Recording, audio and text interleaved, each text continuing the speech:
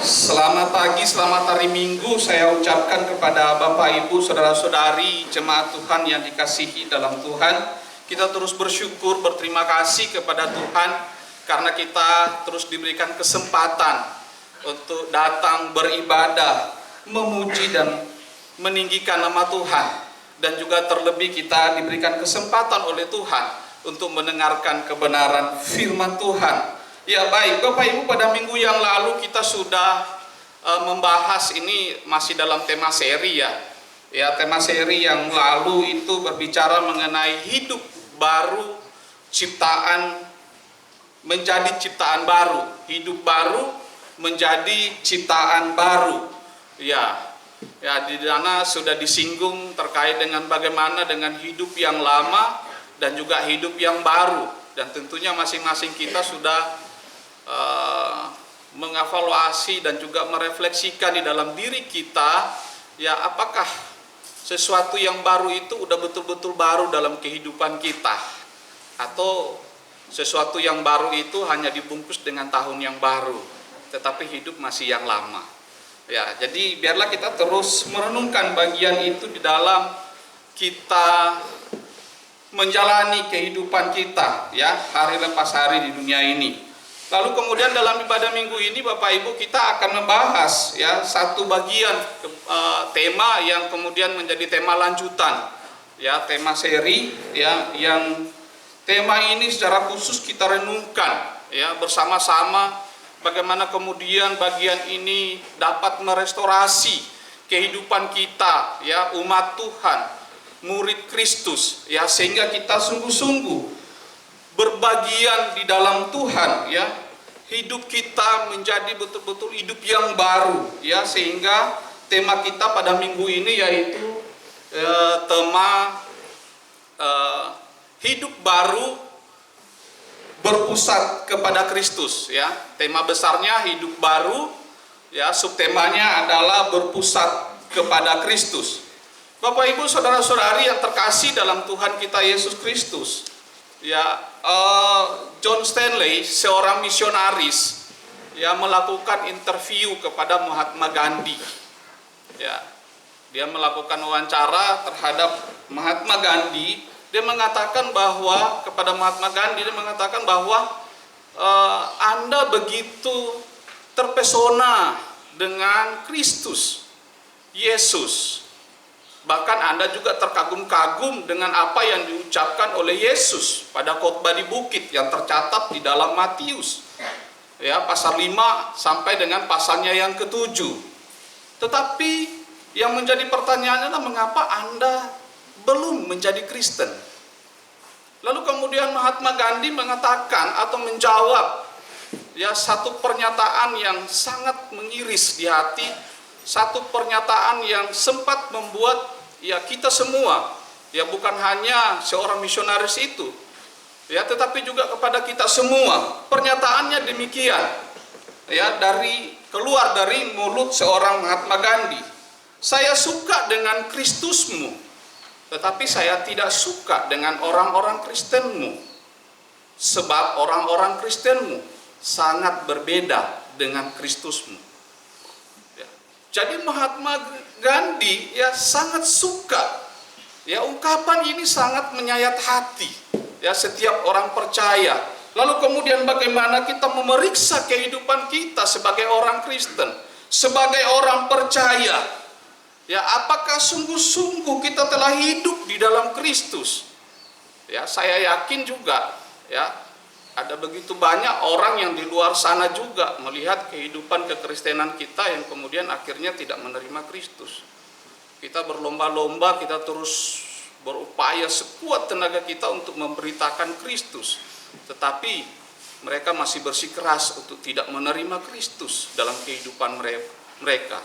Mengapa demikian? Maka kita harus memeriksa kembali, melihat kembali ke dalam diri kita.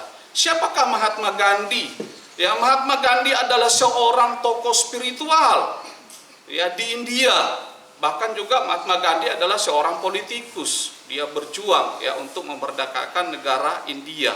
Tapi perjuangannya itu bukan dengan kekerasan, bukan dengan perang, tapi dia berjuang dengan damai. Ya. Luar biasa.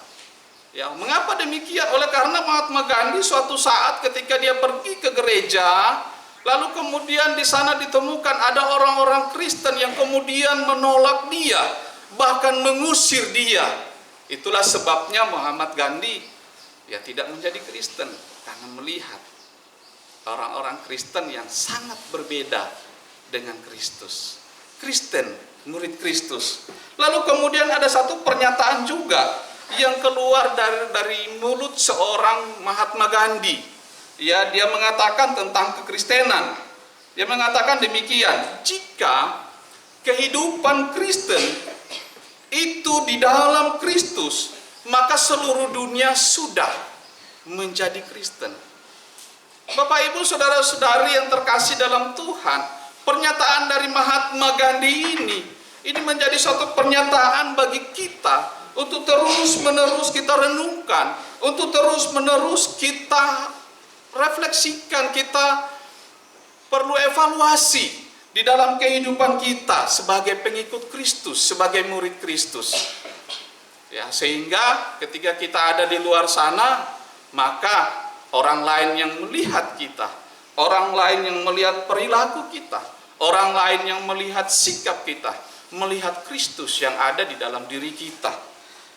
Baik Bapak Ibu, sebelum kita merenungkan bagian firman Tuhan ini, mari kita membaca satu bagian kebenaran firman Tuhan dari Filipi 3 ayatnya yang ke-7 sampai ayatnya yang ke-10. Filipi pasalnya yang ketiga ayat yang ke-7 sampai ayatnya yang ke-10. Kalau sudah menemukan semuanya, saya akan membacakan untuk kita semua, Bapak Ibu, jemaat, saudara-saudari yang terkasih. Silakan melihat dan menyimaknya dalam Alkitab masing-masing. Filipi pasal 3 ayatnya yang ke-7 sampai ayat yang ke-10. Demikian bunyinya. Tetapi apa yang dahulu merupakan keuntungan bagiku, sekarang kuanggap rugi karena Kristus. Malahan segala sesuatu kuanggap rugi karena pengenalan akan Kristus Yesus, Tuhanku, lebih mulia daripada semuanya.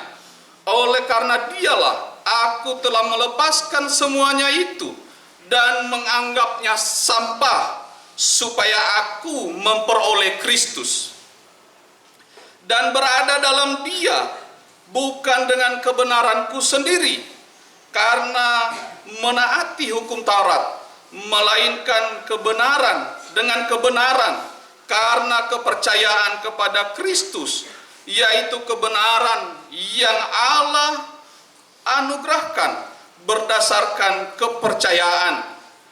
Yang ku kehendaki ialah mengenal Dia dan kuasa kebangkitannya dan persekutuan dalam penderitaannya, di mana aku menjadi serupa dengan Dia dalam kematiannya. Demikian jauh pembacaan firman Tuhan yang dikatakan berbahagia ialah setiap kita yang mendengarkan, bahkan merenungkan dan terlebih lagi melakukan kebenaran firman Tuhan itu di dalam kehidupan kita hari lepas hari.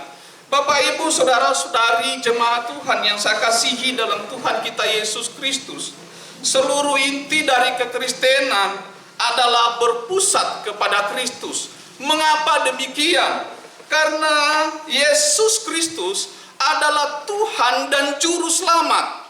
Ketika kita percaya mengambil komitmen, maka kita mengaku di dalam diri kita, mengambil suatu komitmen yang sungguh-sungguh untuk menerima Yesus Kristus sebagai Tuhan dan Juru Selamat di dalam kehidupan saya dan saudara. Dan sejak saat itu maka kita kemudian memberikan diri kita untuk supaya Tuhan berotoritas di dalam kehidupan kita, menguasai kehidupan kita. Lalu kemudian yang berikut, karena Yesus Kristus, di dalam Yesus Kristus ada penebusan yang sejati. Ya, itu udah berkali-kali dikhotbahkan, baik dari tempat ini maupun dari tempat yang lain yang mungkin sudah pernah kita dengarkan. Lalu kemudian di dalam Kristus juga ada keselamatan yang sejati. Di dalam Kristus ada kebenaran yang sejati, dan di dalam Kristus ada panggilan hidup yang sejati untuk kita sebagai umat yang percaya, sungguh-sungguh hidup kudus di hadapan Tuhan, melayani Tuhan, melayani Dia, karena kita sudah mengambil komitmen, mengakui bukan hanya dengan mulut kita, tetapi dengan hati kita bahwa Yesus Kristus adalah Tuhan dan Juru Selamat. Maka kalau Yesus Kristus adalah Tuhan dan Juru Selamat, maka seluruh hidup kita seharusnya terarah hanya kepada Dia. Seluruh hidup kita hanya berpusat kepada Dia, karena Dia Tuhan kita, Dia Juru Selamat kita. Tidak ada Tuhan yang lain, tidak ada Juru Selamat yang lain. Walaupun pada prakteknya masih banyak juga, ya, bukan hanya saja orang di luar sana, tapi juga orang-orang Kristen. Ya, seringkali mengakui Kristus, ya, memanggil nama Kristus, tapi kita seringkali juga masih mencari Tuhan yang lain dalam hidup kita. Baik, Bapak Ibu, kita lihat di dalam bagian pasal 3 ini, ya, surat Filipi yang ditulis oleh Rasul Paulus merupakan respon dari Rasul Paulus terhadap pengajaran sesat yang ada pada saat itu di jemaat, khususnya jemaat Filipi. Dan kemungkinan besar mereka adalah orang-orang Kristen Yahudi yang kemudian mencoba untuk membanggakan keyahudian mereka, tradisi-tradisi mereka, adat istiadat mereka. Itu yang bisa kita lihat di dalam bagian sebelumnya, ya, dari ayat yang kita baca tadi, mulai dari ayat yang kedua dan seterusnya sampai ayatnya yang ke-6. Ya, seorang orang Yahudi sangat membanggakan tradisi mereka. Mereka sangat sombong dengan tradisi-tradisi, dengan adat istiadat yang mereka lakukan. Lalu kemudian mereka memaksakan, ya, tradisi-tradisi tersebut, adat-adat istiadat tersebut kepada jemaat di Filipi untuk dilakukan juga, ya, jemaat di Filipi. Oleh karena itu, ya, bagian ini, ya, menjadi satu bagian yang perlu untuk kita renungkan. Apa tradisi-tradisi dan juga adat istiadat yang sangat ditekankan di dalam bagian ini? Yaitu sunat, ya, taat kepada hukum Taurat. Jadi bagi orang-orang Kristen Yahudi, percaya kepada Yesus Kristus tidak cukup, harus ada tambah. Apa yang ditambah? Sunat. Apa yang ditambah? Taat pada hukum Taurat. Jadi dengan percaya kepada Kristus belum lengkap. Harus tambah itu, tambah ini, baru lengkap, baru bisa selamat. Inilah yang ditanamkan oleh para pengajar-pengajar Yahudi pada waktu itu, yang kemudian memprovokasi, yang kemudian mempengaruhi jemaat-jemaat yang ada di Filipi. Ini menjadi bagian yang perlu kita pikirkan bersama sebagai orang-orang percaya. Dalam kehidupan kita juga sebagai orang Kristen, ya, kita tidak lebih dari itu. Ya. Ada banyak tradisi-tradisi, ya, kita terlalu mementingkan tradisi-tradisi yang kita lakukan. Lalu kemudian Kristus dan Injilnya kita kesampingkan dalam kehidupan kita. Ya. Perubahan gaya hidup harus melibatkan transformasi, ya, akal, budi, pikiran. Ya, iman tidak meniadakan pikiran, karena iman bukanlah pelarian dari pergumulan intelektual kita. Ya, namun sebaliknya iman merupakan landasan bagi transformasi, perubahan gaya hidup dan optimalisasi pikiran yang dilandaskan kepada pengenalan akan Kristus Yesus. Inilah yang Rasul Paulus lakukan. Perubahan yang terjadi dalam kehidupannya karena pengenalannya yang sungguh akan Kristus Yesus. Pertemuan dengan Yesus Kristus mengubah seluruh konsep hidupnya. Sehingga dalam bagian ini kita temukan, ya, apa yang dahulu Rasul Paulus katakan kuanggap rugi. Karena apa? Karena pengenalan akan Kristus Yesus, Tuhan dan Juru Selamat.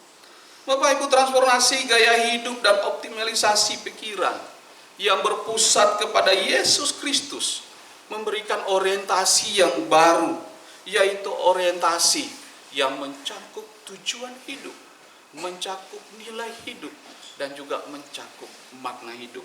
Itulah bagian-bagian yang akan kita renungkan di dalam bagian ini. Baik, mari kita lihat di dalam ayat yang ke-7 sampai ayat yang ke-9. Di sana Rasul Paulus berbicara mengenai pemahamannya tentang tujuan hidupnya yang sudah berubah. Sekarang dia hidup untuk memperoleh Kristus. Ya, yang kemudian kita renungkan ya. Di sana di dalam ayat yang ke-10 juga diterangkan di sana maksud itu, yaitu untuk memperoleh Kristus. Jadi memperoleh Kristus di sini adalah mengenal Kristus, mengenal Dia secara personal, secara pribadi. Inilah yang kemudian Rasul Paulus lakukan di dalam kehidupannya sebagai seorang rasul, sehingga pengenalannya akan Kristus bukan hanya sekedar pengenalan secara kognitif, tetapi lebih kepada pengenalan di dalam hatinya. Ya, walaupun pengenalan secara kognitif sudah termasuk juga di dalamnya, tetapi di dalam bagian ini yang dimaksudkan oleh Rasul Paulus adalah pengenalan yang berkaitan dengan kuasa, ya, dinamis, dunamos, dan juga persekutuan dengan Kristus. Maka dengan kata lain, pengenalan yang personal ini adalah pengenalan yang relasional. Ya, adanya suatu relasi, adanya suatu hubungan yang intim antara kita dengan Tuhan kita, yaitu Yesus Kristus, Tuhan dan Juru Selamat kita. Ya, ada hubungan yang intim. Ya, maka mustahil kalau kemudian orang mengenal seseorang tanpa ada hubungan di sana. Pasti ada hubungan sehingga kenal. Kenal di sini bukan hanya sekedar tahu, oh iya tahu dari iya itu yang bilang, bukan. Tetapi pengenalan secara pribadi. Ya, bagaimana Rasul Paulus ya menjalin hubungan yang sangat intim dengan Tuhannya. Ya, inilah yang menjadi bagian yang harus kita renungkan dalam kehidupan kita. Adakah kita sudah memiliki pengenalan yang pribadi, yang personal, ya, dengan Tuhan kita, dengan Yesus Kristus, yang kemudian sehingga kita membuat kita mengalami perubahan gaya hidup sebagai seorang pengikut Kristus? Ataukah perkenalan pribadi kita dengan Tuhan ya cukup hanya sekadar ya udah ada KTB, ya udah ada fellowship, ya ada doa di asrama, ada doa di situ, ada di belajar teologi, STT, ya kan, tiap hari ya sebelum mulai kelas ada perenungan firman Tuhan. Apakah hanya sekedar itu? Ibadah minggu, ya ibadah-ibadah yang lain dan sebagainya. Apakah hanya sekedar demikian? Kalau saya mau katakan itu hanya rutinitas. Rutinitas, jangan sampai kita terjebak kepada rutinitas. Oh iya, hari ini hari Minggu, ya kita ke gereja, gitu ya. Udah terkonsep, ya ke gereja, ya udah selesai ibadah, nyanyi-nyanyi, dengar firman Tuhan, dengar nggak dengar, mau colek sana colek sini, lalu kemudian pulang, lalu tadi yang dikhotbahkan ya nggak ada lagi. Seharusnya yang terbaik bagi kita adalah ketika kita pulang dari ibadah minggu ini, ya sampai di rumah, mari kita kemudian membangun ya persekutuan lagi, merenungkan kembali apa yang disampaikan melalui kebenaran firman Tuhan, ya, lalu kemudian milikilah relasi secara pribadi dengan Tuhan, bangun hubungan pribadi dengan Tuhan, ya. Jadi jangan hanya doa persekutuan yang sudah ditetapkan oleh guru-guru kita, ya, yang sudah dijadwalkan, yang kemudian guru, dosen semua kita terlibat di dalamnya, ya, rutin. Sesuatu yang rutin itu akan mengalami stagnasi dalam suatu saat nanti, ya. Lalu kemudian kita akan mengalami kebosanan. Yang kedua, nilai hidup. Jika kita mengaku percaya, maka kemudian kita mengenal Kristus secara personal dan relasional adalah tujuan dari kehidupan kita. Maka segala sesuatu yang menghambat, yang merintangi tujuan itu, maka itu merupakan hal-hal yang tidak berharga, hal-hal yang kita anggap rugi. Oleh karena apa? Oleh karena yang sudah diajarkan di dalam bagian ini, oleh karena pengenalan akan Kristus, sehingga oleh Rasul Paulus dia mengatakan apa yang dahulu kupandang sebagai keuntungan, sekarang kuanggap sebagai suatu kerugian Bahkan juga terlebih Rasul Paulus mengungkapkan dengan satu kata yang sangat tajam, satu kata yang sangat betul-betul, ya bahkan mengatakan sampah. Segala sesuatu yang dulu-dulu itu, ya adat istiadat, tradisi-tradisi itu yang sudah dilakukan oleh orang-orang Farisi, oleh orang-orang Kristen Yahudi, itu sampah bagi Rasul Paulus. Bahkan Rasul Paulus pun mengakui dalam bagian-bagian sebelumnya, Rasul Paulus sangat bangga dengan semuanya itu. Dia bangga karena dia telah melakukan ketaatan kepada hukum Taurat sebagai seorang Farisi. Dan dia bahagia, dia senang, dia anggap itu sukses, suatu kesuksesan yang dia capai. Tetapi pada bagian ini ketika Rasul Paulus mengenal Yesus Kristus secara pribadi, segala sesuatu itu dia anggap rugi, bahkan dia anggap sampah. Di dalam teks asli, ya sampah itu dikatakan sibala. Kata ini biasa digunakan kepada makanan yang sisa-sisa, makanan basi. Bahkan lebih parah kalau kita lihat itu, mohon maaf agak jorok, ya itu kotoran, dianggap sebagai kotoran manusia oleh Rasul Paulus.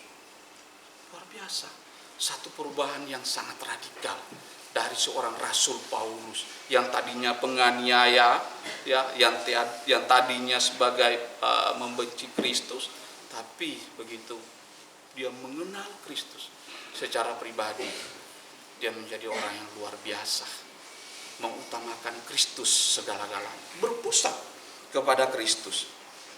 Ya. Oleh karena itu Bapak Ibu, pengenalan akan Kristus ini menjadi bagian yang penting dalam kehidupan kita.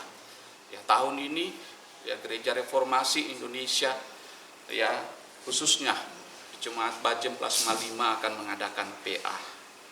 Ya, kita akan mulai mengadakan PA. Yang mau PA silahkan. Ya, berharap ya kerinduan semua kita ya terlibat. PA itu dimaksudkan bukan untuk menunjukkan siapa yang hebat, ya siapa yang tidak hebat, siapa yang pintar, siapa yang tidak pintar, bukan. Tetapi di dalam PA itu kita mulai bertumbuh bersama, semakin mencintai kebenaran Tuhan, semakin mencintai Kristus Yesus yang adalah Tuhan dan Juru Selamat kita. Itulah yang akan kita lakukan di dalam PA itu. Ya katekisasi, ya KTB sudah mulai. Ya tapi itu jangan itu menganggap sebagai suatu beban bagi kita. Ya mari kita bertumbuh. Ya kita semua semakin bertumbuh, semakin mencintai kebenaran Tuhan, semakin mencintai Kristus di dalam kehidupan kita, sehingga terlihat di dalam kehidupan kita, mulai mengarahkan kita. Belajar kita motivasinya hanya untuk Tuhan kita. Ya maka kita belajar sungguh-sungguh. Ya kita mengajar, ya kita melakukan tugas tanggung jawab kita. Ya hanya terarah kepada Kristus, bukan terarah kepada tradisi-tradisi kita. Ya Bapak Ibu, jika ada sesuatu yang sampai saat ini masih ada yang merintangi kita untuk kita mengenal Kristus, mari kita tanggalkan. Mari kita katakan seperti Paulus, semua itu kuanggap rugi, semua itu kuanggap sampah. Karena apa? Karena kita mengenal Kristus, Yesus Tuhan dan Juru Selamat kita. Itulah yang terindah di dalam bagian kita. Selanjutnya Bapak Ibu Saudara-saudari yang terkasih, kita akan melihat yang ketiga, yaitu makna hidup. Pemahaman tentang tujuan dan nilai hidup akan menentukan bagaimana seseorang memaknai hidupnya. Bagi Rasul Paulus, yang dahulu dan yang terpenting dan amat penting adalah dibenarkan di hadapan Allah melalui ketaatannya kepada hukum Taurat. Itulah sebabnya dia begitu bersemangat di dalam menaati Taurat. Itulah sebabnya dia sangat bersemangat untuk secara detil dan sangat ketat untuk melihat Taurat dan melakukan Taurat. Dan tatkala semuanya itu dilakukan dan dia berhasil, dia sukses dan lain sebagainya, maka dia menganggap itu sebagai suatu kebanggaan. Dia menganggap itu sebagai suatu kehormatan di dalam kehidupannya. Namun bagi Rasul Paulus, sekarang semuanya itu kuanggap rugi. Karena apa? Karena keinginannya, karena kehendaknya, karena kemauannya sendiri. untuk sungguh-sungguh memperoleh Kristus, ya, mengenal Kristus, mendapat Kristus, menemukan Kristus di dalam kehidupannya. Sehingga bagi Rasul Paulus menemukan Kristus di dalam kehidupannya itu adalah merupakan sesuatu yang sangat mulia. Sehingga yang lain yang merupakan kebanggaannya itu dianggap, wah, itu sampah, itu tidak ada artinya sama sekali. Karena apa? Karena dia sudah memperoleh Kristus. Itulah yang lebih mulia yang Rasul Paulus dapatkan. Kebenaran itu diperoleh sebagai suatu pemberian, anugerah, kasih karunia Allah, kasih sayang Tuhan di dalam kehidupannya. Sehingga yang dia terima anugerah itu melalui imannya untuk terus berespons, berpusat hanya kepada Kristus Yesus, Tuhan dan Juru Selamat yang dia akui. Demikian juga kita sebagai orang-orang percaya. Oleh karena itu Bapak Ibu, yang kita bisa bandingkan bagian ini ya dengan apa yang dicatat di dalam Injil Lukas, ya, di dalam satu perumpamaan ya tentang orang Farisi dan juga pemungut cukai. Orang Farisi berdoa di dalam Lukas pasal 2 ayatnya ke-10. Di dalam Lukas pasal 18.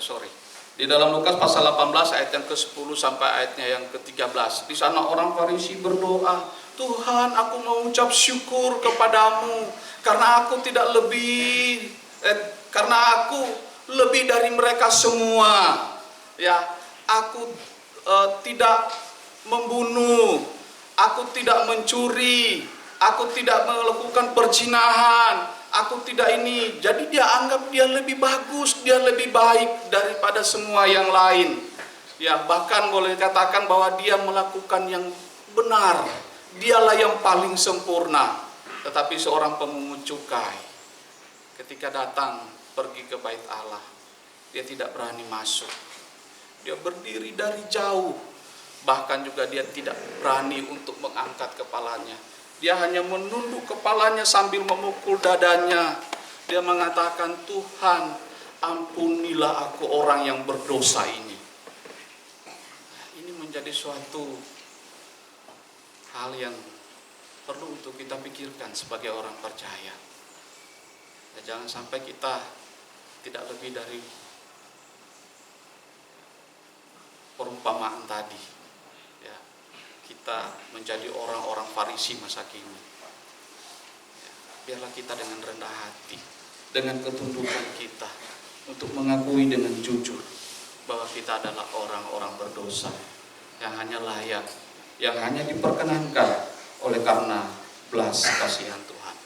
Di ayat yang ke-10 memberikan penjelasan lebih detail tentang mengenal Kristus yang terdapat di dalam ayat yang ke-7 sampai ayat yang ke-9 tadi.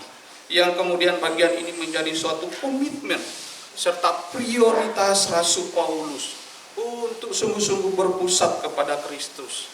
Jadi mengenal Kristus tidak dapat terpisah dari kematian Kristus, dari kebangkitannya. Maka dengan demikian mengenal Kristus adalah merupakan proses kita seumur hidup untuk terus membangun relasi. Membangun relasi yang dimaksud adalah kita mengalami Tuhan yang kemudian menuntun, mengarahkan, membimbing kita semua sebagai orang-orang percaya untuk terus berpusat hanya kepada Kristus.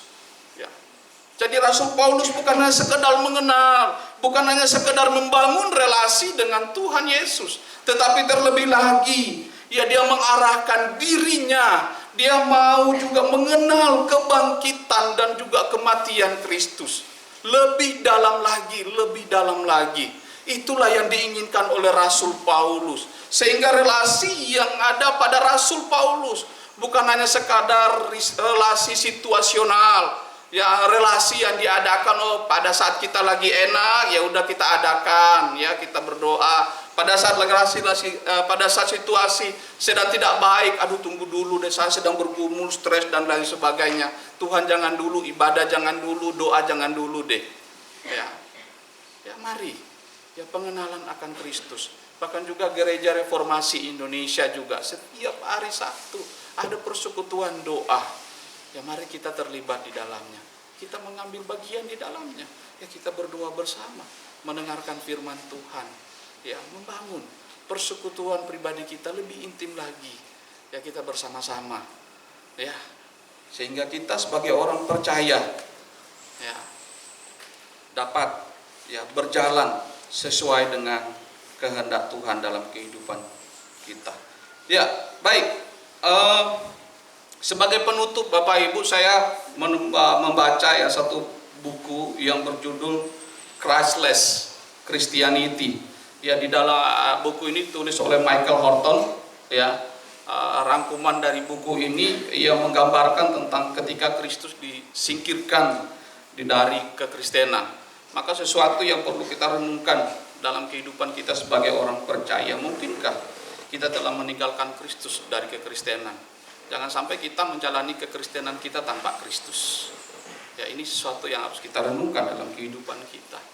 Ya, buku ini menggambarkan, menceritakan bagaimana orang-orang Kristen yang jauh dari Kristus. Ya, oleh karena itu ini menjadi suatu refleksi, dan kemudian Michael Horton berpendapat bahwa orang Kristen acap kali memanggil nama Kristus, namun acap kali juga orang Kristen mengesampingkan Kristus dan juga Injilnya.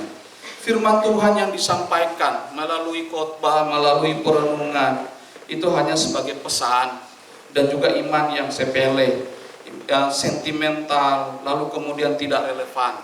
Injil kemudian dijadikan Injil alternatif, hanya sebagai pesan moral yang disampaikan, hanya untuk kenyamanan pribadi, maka kemudian mengajak jemaat tertawa, ya, lalu kemudian menikmati berkat Tuhan. Ya, lebih kepada perbaikan diri sendiri. Lalu kemudian agama dipandang sebagai individualistik. Nah, ini berbahaya. Ya, pernyataan dari Michael Horton ini perlu menjadi perenungan bagi kita, sehingga setiap kita sungguh-sungguh ya menjadi Kristen. Perubahan hidup Rasul Paulus bukan hanya sekedar menunjukkan hidup yang baru, tetapi Rasul Paulus mengalami transformasi hidup baru yang kemudian muncul karena kesadarannya untuk sungguh-sungguh mengenal Kristus dalam kematiannya, dalam kebangkitannya. Karena itu kekristenan bukan tentang sederetan peraturan ya, atau sekedar hanya sebagai gaya hidup yang baru, tetapi ada perubahan perilaku ya, yang membuat orang Kristen itu sungguh-sungguh hidup di dalam Tuhan. Perubahan perilaku merupakan buah pertobatan, tapi ingat, tidak semua perubahan perilaku merupakan buah dari pertobatan. Pertobatan yang sejati itu mencakup perubahan tujuan hidup, mencakup perubahan nilai hidup, mencakup perubahan makna hidup yang berpusat kepada Yesus Kristus. Kiranya Tuhan menolong kita, memberkati setiap kita untuk menjalani kehidupan kita yang berpadanan dengan Injil Kristus. Terpujilah Tuhan, Tuhan Yesus